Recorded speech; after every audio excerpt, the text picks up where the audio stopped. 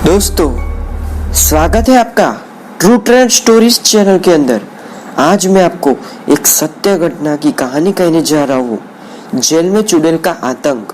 दोस्तों, इस कहानी को हमें भेजा है किशन लाल मौर्य ने।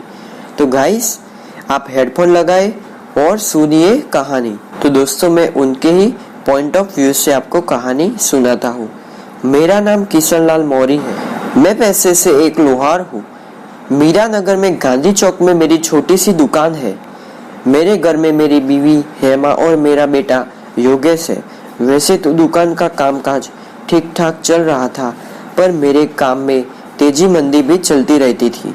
घर के खर्चे बड़ी मुश्किल से निकल रहे थे। एक दिन एक ग्राहक आया और उसने मेरी दुकान पर आकर एक लोहे की जाली बनवाने का ऑर्डर दिया। मुझे पक्का याद है कि उसने एडवांस में 500 रुपये दे दिए थे, पर जब वह तैयार हो चुकी जाले लेने आया तो यह जिद करने लगा कि उसने 1000 एडवांस दिया था। इसी बात पर मेरी और उसकी हाथापाई हो गई और मैंने गुस्से में उसके सिर पर लोहे का पाइप मार दिया। इस कांड की वजह से मुझे 1 साल की जेल हो गई। वैसे तो मैं आज जेल से रिहा हो चुका हूँ, पर जेल की कड़वी यादें आज भी मुझे बहुत डराती है। जेल के अंदर मुझे सी ब्रेक में रखा था। मेरा कैदी नंबर था 13। एक रात जब मैं सोया हुआ था तो मैंने किसी औरत की हंसने की आवाज सुनी। मैं चौंक गया। जब मैंने लॉबी में देखा तो दूर अंधेरे में कोई औरत खड़ी थी। मुझे यकीन नहीं हुआ कि मर्दों की जेल में एक औरत कैसे घुस आई होगी। मैंने अपने पास सोए हुए सोमेश को जगाया और बोला कि यहाँ पर कोई औरत घूम रही है। सोमेश बोला कि तेरा दिमाग हट गया है क्या? ये मर्दों की जेल है, यहाँ कोई औरत अंदर नहीं आ सकती। इतना बोलकर वह फिर से सो गया। मैंने फिर से सलियों के बाहर झांका तो पता चला कि वह औरत अब भी वही लॉबी में खड़ी थी। मुझसे रहा नहीं गया तो मैंने उसकी ओर पानी का खाली गिलास फेंका। मेरी इस हरकत से उसने मेरी ओर देखा और अंधेरे से उजाले में आने लगी। वह एक सजी धजी जवान औरत थी। वह हमारे के पास आकर रुक गई। मैं डर के मारे थोड़ा पीछे हट गया। तभी अचानक उसने हमारे सेल के ताले पर नजर डाली। पलक झपकते ही ताला खुलकर नीचे गिर गया और दरवाजा भी खुल गया। यह सब देखकर मेरे तो रोंगटे खड़े हो गए। उसके बाद उसने मेरी ओर नजर घुमाई। मैं उसे देखकर डर के मारे कांपने लगा। अब वह फिर से मुड़कर उस ओर जाने लगी जहां से वह आई थी। जब वह मुड़ी तो उसके पीठ पर कोई मांस या चमड़ी नहीं थी, सिर्फ पिंजर था। यह भयानक नजारा देखकर मेरे तो होश उड़ गए। मैं चिल्लाना चाहता था पर जबान से आवाज भी नहीं निकल पा रही थी।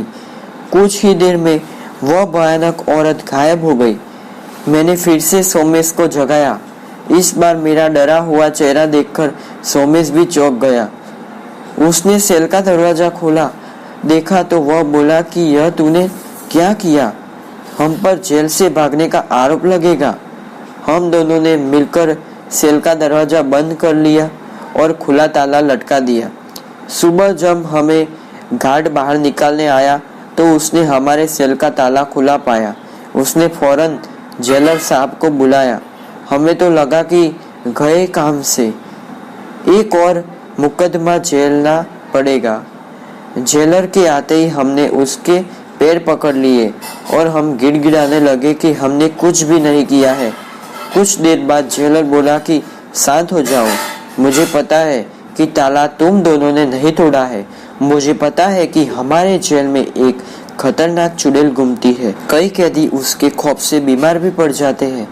अगर उस चुड़ैल को गुस्सा ना दिलाया जाए तो वह इधर उधर घूमकर वापस चली जाती है। तुम दोनों ने कुछ किया तो नहीं था ना? मैंने फौरन कबूल किया कि वह कौन है। यह जानने के लिए मैंने उसकी ओर एक खाली गिलास फेंका था। फिर वह मेरे सेल की ओर आई थी और उसी ने पता नहीं क्या करके ताला खोल डाला था। जेलर ने कहा कि यह अच्छा नहीं हुआ। अब तुम्हें सावधान रहना होगा, वह किसी भी वक्त तुम पर हमला कर सकती है। उसी दिन जेलर ने मुझे सी बैरक से निकालकर बी बैरक में शिफ्ट कर दिया। उस दिन के बाद हर रात मुझे पायल की खनक सुनाई देती थी। कभी कभी वह भयानक चुड़ैल मुझे सेल के अंदर भी दिखाई देती थी। नींद में भी मुझे उसी के सपने आने लगे। कभी कभी तो ऐसा लगता कि वह मेरी छाती पर आ बैठी है।